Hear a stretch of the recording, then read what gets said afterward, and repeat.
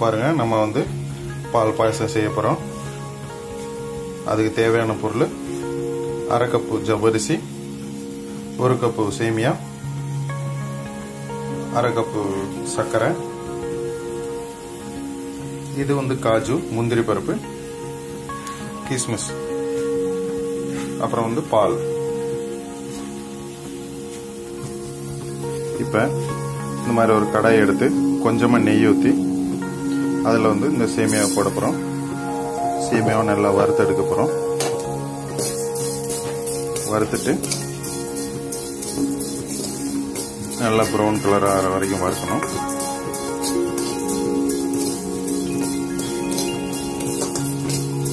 அப்படியே இது கூட காஜுவும் போட்டு நம்ம வறுத்துக்கலாம். நல்ல ப்ரௌன் கலர் ஆகட்டும்.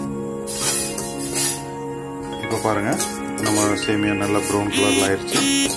இப்போ நம்ம இதில் வந்து ஜவ்வரிசி போட போகிறோம்.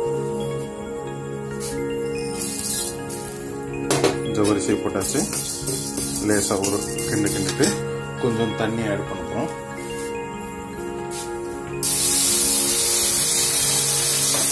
தண்ணி ஊற்றி தண்ணி ஊற்றி இது நல்லா வேகணும். நல்லா வெந்ததுக்கப்புறம் இப்போ பால் ஊற்றணும். நம்ம நல்லா வேகப்புறம் இதில் ஏலக்காய் பவுட்ரு இல்லைன்னா 2 ஏலக்காய் வந்து நீங்கள் வந்து தட்டி கூட போட்டுக்கலாம், இல்லை அப்படியே முழுசாகவும் போட்டுக்கலாம், உங்கள் இஷ்டம். பாருங்க 3 ஏலக்காய் போட்டிருக்கேன் நான் இதுக்கு. இதில் ஒரு பீஸ் லவங்க போட்டோம்னா ஒரு டிஃப்ரெண்ட் டேஸ்ட் வரும். ஒரு பீஸ் லவங்கம் போட்டிருக்கேன் நான். இது நல்லா கொதிக்கட்டும். நல்லா கொதிச்சு வெந்துருச்சுன்னா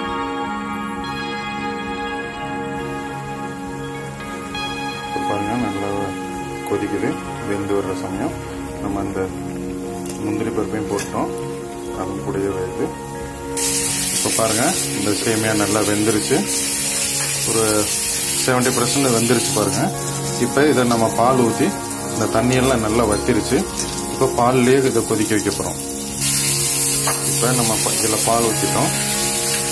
இந்த பாலில் சிம்மில் வச்சு நல்லா பொறுமையாக ஒரு 10-20 நிமிஷம் வேகணும். பொறுமையாக வேகணும். 20 நிமிஷம் வெந்துருச்சுன்னா நல்லா வந்து இது சுண்டட்டும், நல்லா கெட்டியாயிரும். பாருங்கள் நம்ம இதில் என்னென்ன போட்டிருக்கோம், இந்த ஏலக்காயும் போட்டோம், இந்த வறுத்த முந்திரி போட்டிருக்கோம், கிஸ்மிஸ் போட்டிருக்கோம், பாலை போட்டோம், எல்லாம் போட்டாச்சு. இப்போ இது நல்லா சிம்மில் வச்சு நல்லா மெல்ல கொதிக்க வைக்கணும். நல்லா அந்த சேமியா வெந்ததுக்கப்புறம் இப்போ இறக்க வேண்டியதுதான். இருங்க பாருங்க இந்த சேமியா நல்லா எல்லாம் நல்லா வெந்துருச்சு. இதில் நம்ம சர்க்கரை போட போகிறோம். சர்க்கரை போட்டு நல்லா கலக்கிட்டு ஒரு கொதி வந்தோன்னே இறக்கி இது ஆரோக்கியம். இதில் வந்து 1 லிட்டர் நம்ம பால் ஊற்றணும்.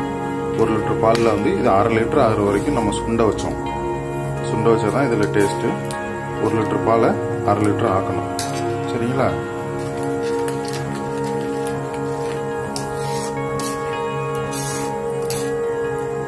இது கொதிச்சோன்னா நம்ம இதை இறக்கிற போகிறோம்.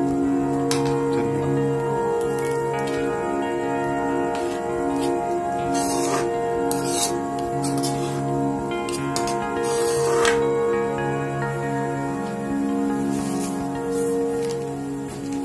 பாருங்க நம்ம வந்து பாயசம் ரெடி ஆயிடுச்சு.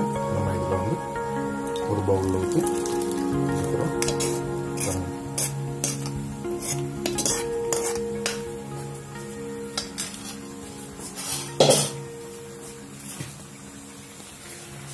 இது நம்ம பால் பாயசம் ரெடி ஆயிடுச்சு.